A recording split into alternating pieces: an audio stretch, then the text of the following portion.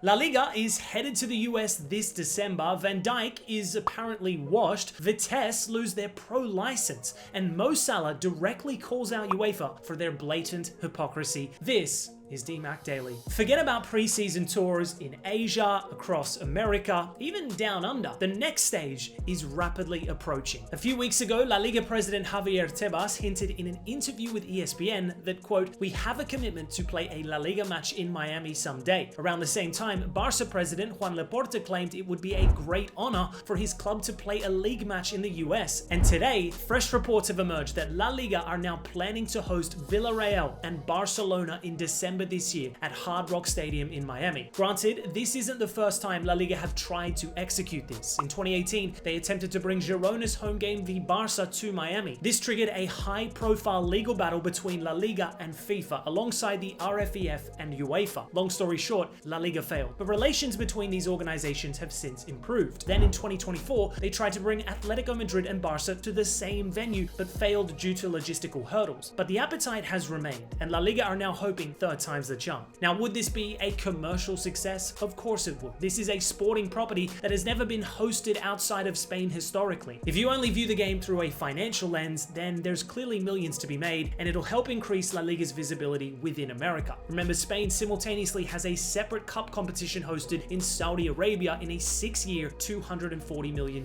deal. But a league game abroad changes everything, because the sporting integrity of the competition is now permanently altered if this goes ahead. Every team featuring in La Liga is supposed to play each other home and away, but Villarreal in this instance would lose a valuable home fixture, one of their biggest games of the season, whilst Barcelona would only have to technically play 18 away games as opposed to 19. If anything, playing in America would probably be a home match. Most of the fans in attendance would be supporting Barca. On top of that, what about Villarreal's home fans, their season ticket holders? Do you think they'd be on board with this decision? Of course not. Football is for the people. Profits are not for the people. They're for individuals, for greedy CEOs. We're seeing something similar unfold in the Serie A, and it won't be long till we see the Premier League and the Champions League follow suit. If we open the door to this, genuinely, the game's gone. Moving to matchday results, and the 25-26 season is up and running. The biggest fixture over the weekend was no doubt Liverpool v Palace in the Community Shield. The Reds' new Bundesliga trio all contributed. Wirtz with the assist, Ekitike with a classy finish, and Frimpong too, whose goal I'm still unsure of whether it was a cross or an immaculate chip. However, Palace would eventually prevail on penalties, their second successive triumph at Wembley. Take a bow, Ollie Glasner, but the biggest talking point was the performance of Virgil van Dijk, giving away a penalty first before being called out for Palace's second. An uncharacteristically bad day at the office for the Reds captain. The most reactionary fans were ruthless, but do I think he's washed? No, certainly not off of the back of one game. Do they need a CB, however? Absolutely. They're looking light back there. Meanwhile, Wrexham's championship opener ended in heartbreak. 2 goals in added time to crumble to Southampton. We also saw the top flight divisions of the Netherlands, Portugal, and Turkey kick off. Football is back. That being said, it isn't back for Dutch club Vitesse, having officially lost their professional license after the court's findings, and are now likely to fold after 133 years. One of the Netherlands' oldest clubs seemingly erased overnight. That's insane. Vitesse were Dutch Cup winners less than a decade ago, and were in the Eredivisie as recently as 2024. But due to a complicated ownership saga since 2022, Vitesse have collapsed financially, resulting in multiple relegations and now folding. This must be deeply painful to anyone associated with Vitesse, from players to club staff and of course fans. Imagine if your club just ceased to exist. You're not only losing your team,